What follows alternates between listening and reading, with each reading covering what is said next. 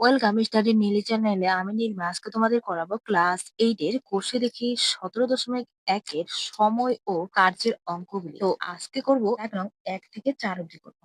অঙ্কগুলি করার আগে আমাদের দুটি জিনিস জানতে হবে, সেটি হচ্ছে কি সম্পর্ক। একটি হচ্ছে কি সরল সম্পর্ক, আরেকটি হচ্ছে কি ব্যস্ত সম্পর্ক। সরল সম্পর্ক কাকে বলে? সময়ের সাথে কাজের পরিমাণ। মানে সময় যদি আমাকে বেশি দেওয়া হয় আমি বেশি পরিমাণে কাজ করতে পারবো, আমাকে যদি সময় কম দেওয়া হয় আমি কম পরিমাণ কাজ করতে পারবো। মানে আমাকে যদি দিন যদি কম দেওয়া হয়, তাহলে আমি কি কম পরিমাণ কাজ করবো, আর যদি আমাকে বেশি দিন দেওয়া হয় আমি বেশি পরিমাণে কাজ করবো।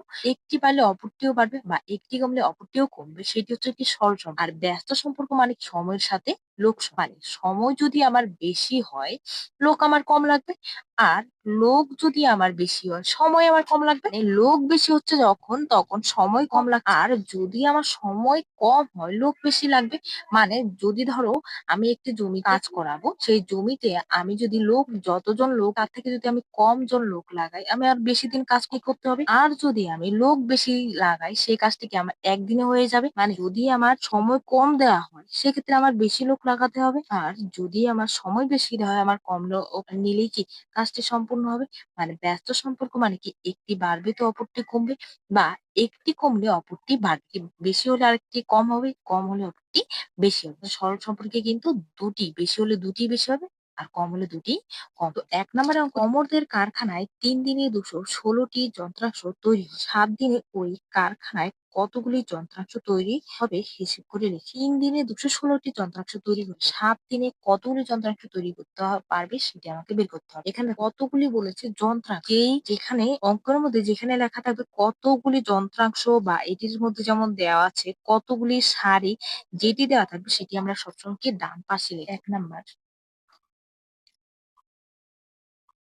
যন্ত্রাংশ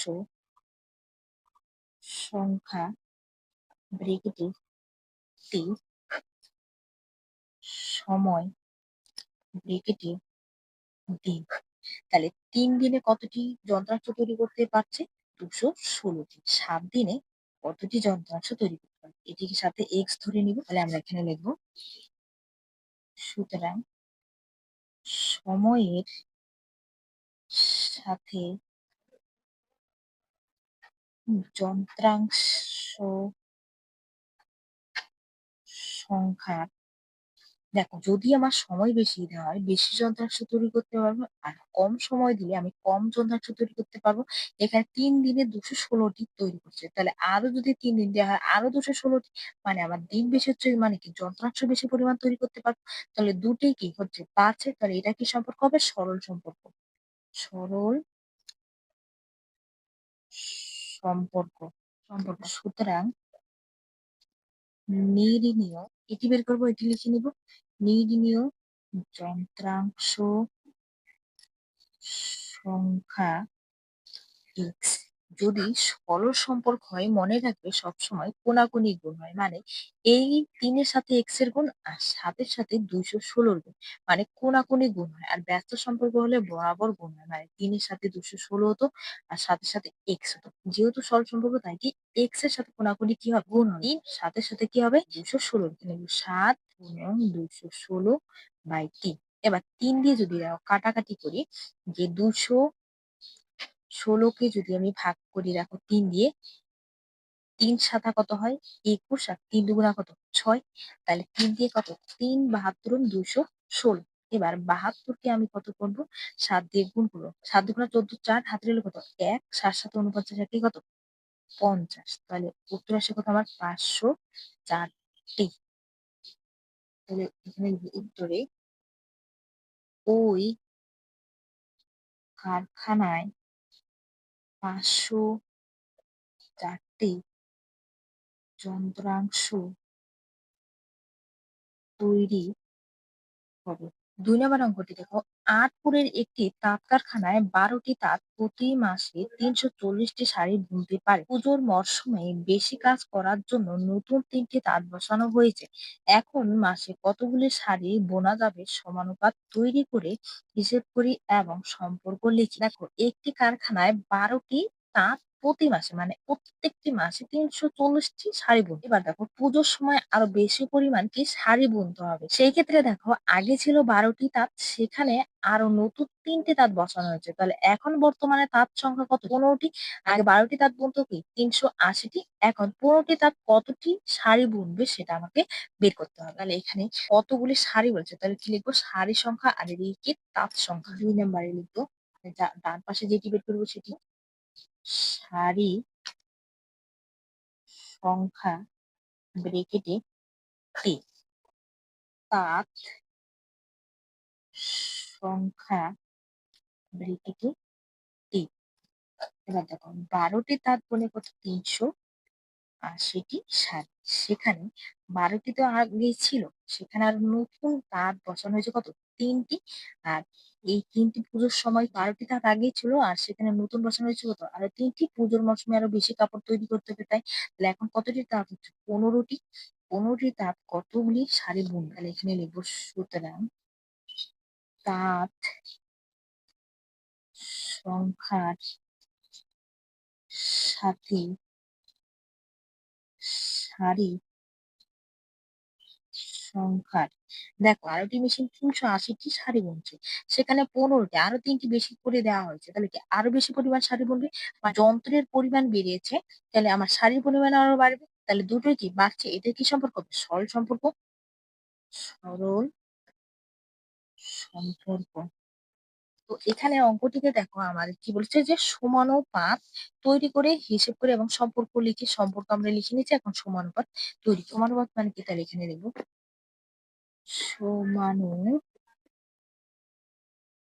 সমানুপাতিটি হলো, সমানুপাতিটি হলো, এখানে লিখবো কত? ১২ অনুপাত ১৫ সমানুপাত ৩৮০ অনুপাত এদিকে এক্স লিখে নিব, এক্স। এবার সরল সম্পর্ক মানে মনে রাখবে যে আমার কোলাকুলি গুণ হয়, মানে এই প্রথম পদের সাথে চতুর্থ পদে আর দ্বিতীয় পদের সাথে তৃতীয় পদের গুণ হয়। ঠিক আছে? তাহলে প্রথম পদের সাথে কি হচ্ছে? চতুর্থ পদের, আর দ্বিতীয় সাথে তৃতীয় পদের গুণ হয়। তাহলে এখানে লিখবো, সুতরাং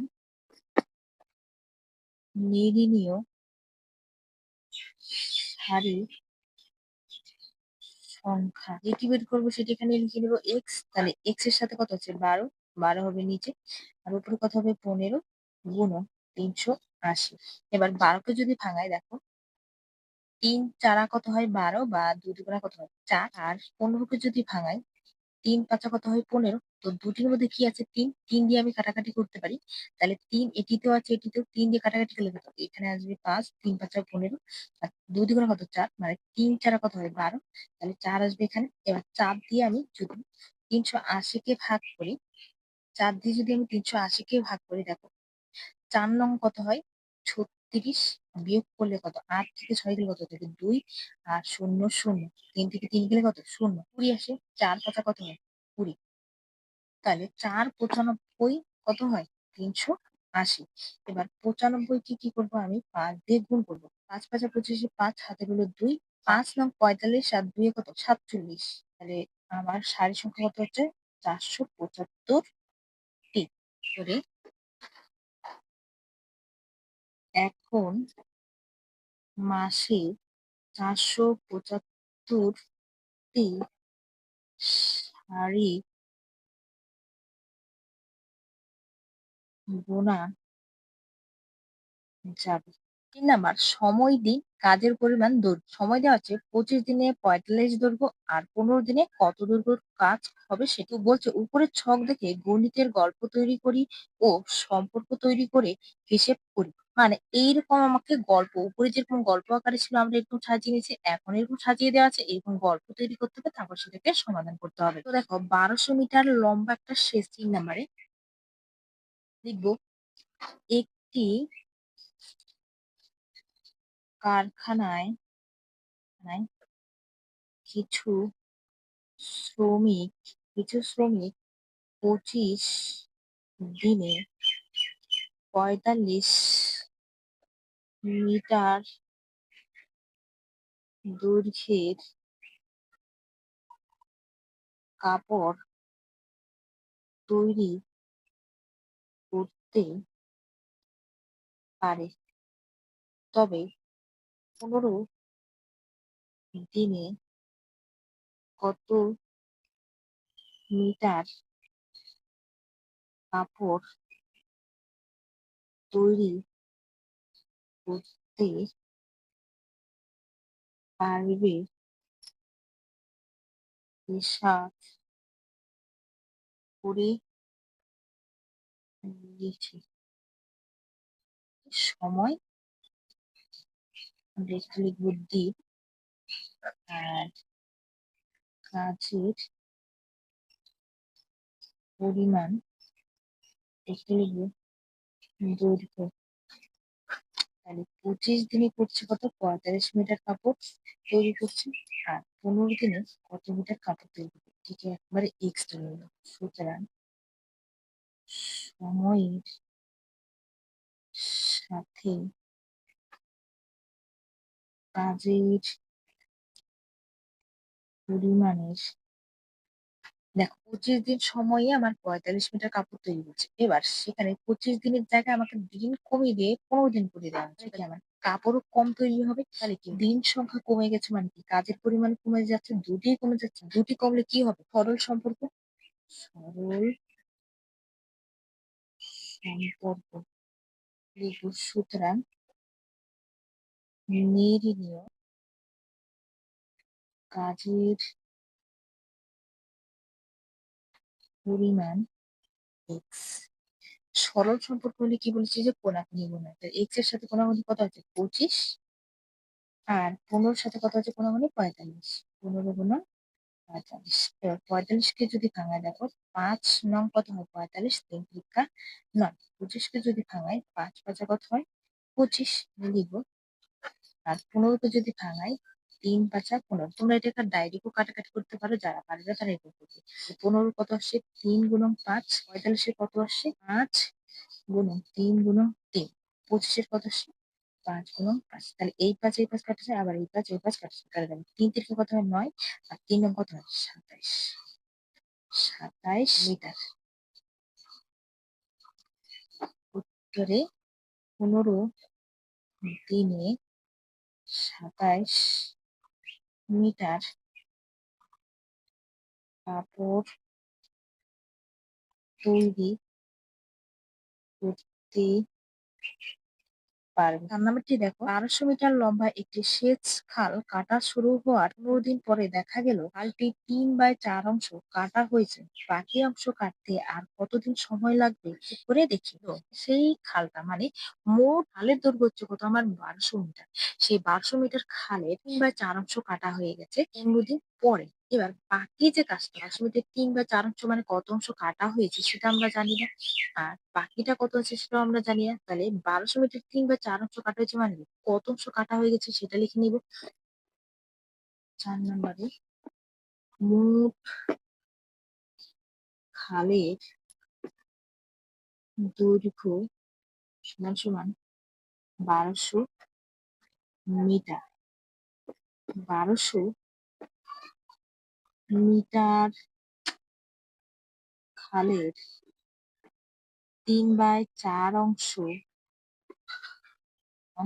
অর্থাৎ ১২০০ গুণন ৩/৪। তাহলে দেখো ৩ ৪ কত হয়? ১২ মানে ৪ ৩ সংখ্যা কত হয়? ১২০০। এবার ৩ তিরিকা কত হয়? ৯০০। লিখে নিব ৯০০ মিটার। ৯০০ মিটার খাল কাটা হয়েছে। ৯০০ মিটার খাল কাটা হয়েছে। এবার এখানে বলছে কি যে মোট খালের দৈর্ঘ্য মানে ১২০০, সেই ১২০০ থেকে আমি এখন ৩/৪ অংশ মানে কি কত অংশ কাটা হয়েছে খাল সেটা বের করে নিচ্ছি। ৯০০ মিটার খাল কাটা হয়েছে। তাহলে বাকি অংশ মানে কি ১২০০ থেকে আমি ৯০০ বিয়োগ করে দিব। তাহলে কত অংশ খাল কাটা হয়েছে সেটা পেয়ে যাব। আর এখানে ১৫ দিনে তাহলে ৯০০ মিটার খাল কাটা হচ্ছে। আর বাকি যে বিয়োগ করে আসবে সেটি কত দিনে কাটা হবে সেটা আমার কত দিন বলছে, সময় বের করতে হবে। তাহলে এখানে লিখবো আমরা সময় লিখতে লিখবি দিন, খালের পরিমাণ ব্রেকেটে লিখবো মিটার। তাহলে দেখো ১২০০ মিটারের ৩/৪ অংশ কাটা হয়েছে। ৩ এর ৪ অংশ মানে কি? কত অংশ কাটা হয়েছে আমাদের ৯০০ মিটার খাল কাটা হয়েছে। তাহলে ৯০০ মিটার খাল কাটা হয়েছে কতদিন? আমার ১৫ দিনে খাল কাটা হয়েছে। তাহলে এখানে লিখব কত? ১৫। এবার এই ৯০০ মিটার খাল কি ১২০০ মিটার থেকে ৯০০ মিটার কাটা হয়েছে। তাহলে কি আরো কত মিটার বাকি আছে? তাহলে এটার জন্য কি করব? ১২০০ থেকে আমি ৯০০ বিয়োগ করব। ০ থেকে দেখুন ০ বিয়োগ করলে কি আসবে? ০ আবার ০ থেকে ০ বিয়োগ করলে কি আসবে? ০। ১২ থেকে ৯ বিয়োগ করলে কত আসবে? ৩। ৩০০ মিটার কাটতে আমার কতদিন সময় লাগবে সেটা বের করি। এখানে লিখব সুতরাং খালের পরিমাণের সাথে সময়ের দেখো ৯০০ মিটার খাল কাটতে ১৫ দিন লাগছে। তাহলে ৩০০ মিটার খাল কাটতে আর কি কম দিন লাগবে। ৯০০ মিটার জায়গায় ৩০০ মিটার। মানে আমার আরো ৬০০ মিটার কমিয়ে দেওয়া আছে। তাহলে কি আমার সময় কম লাগবে। আমার খালের পরিমাণও কমেছে, সময়ও কমে গেছে। দুটি কি কমেছে। তাহলে এটা কি সম্পর্ক? সরল সম্পর্ক। সরল সম্পর্ক। তাহলে এখানে লিখব সুতরাং নির্ণীয় সময়। এটিকে x লিখে নিব। এবার দেখো সরল সম্পর্ক হলে কি বলছে? যে কোণাগুণে গুণ হয়। তাহলে x এর সাথে কোণাগুণি কত হচ্ছে? ৯০০ আর ৩০০ এর সাথে কত হবে? ১৫। তাহলে দেখো এই শূন্য দুটি শূন্য কাটা যায়। আবার ৩ অক্ষে কত হয়? ৩ আর ৩ তিরিকা কত হয়? ৯ আবার ৩ পাঁচা কত হয়? ১৫। তাহলে সমান, সমান কত আসছে? ৫ দিন। এখানে লিখে দিচ্ছি উত্তরটি। উত্তরটি বাকি অংশ কাটতে আর ৫ দিন সময় লাগবে। ভিডিওগুলো যদি তোমাদের ভালো লেগে থাকে অবশ্যই লাইক, শেয়ার, সাবস্ক্রাইব করে পাশে থাকবে। আর পুরো ভিডিওটি দেখার জন্য থ্যাংক ইউ।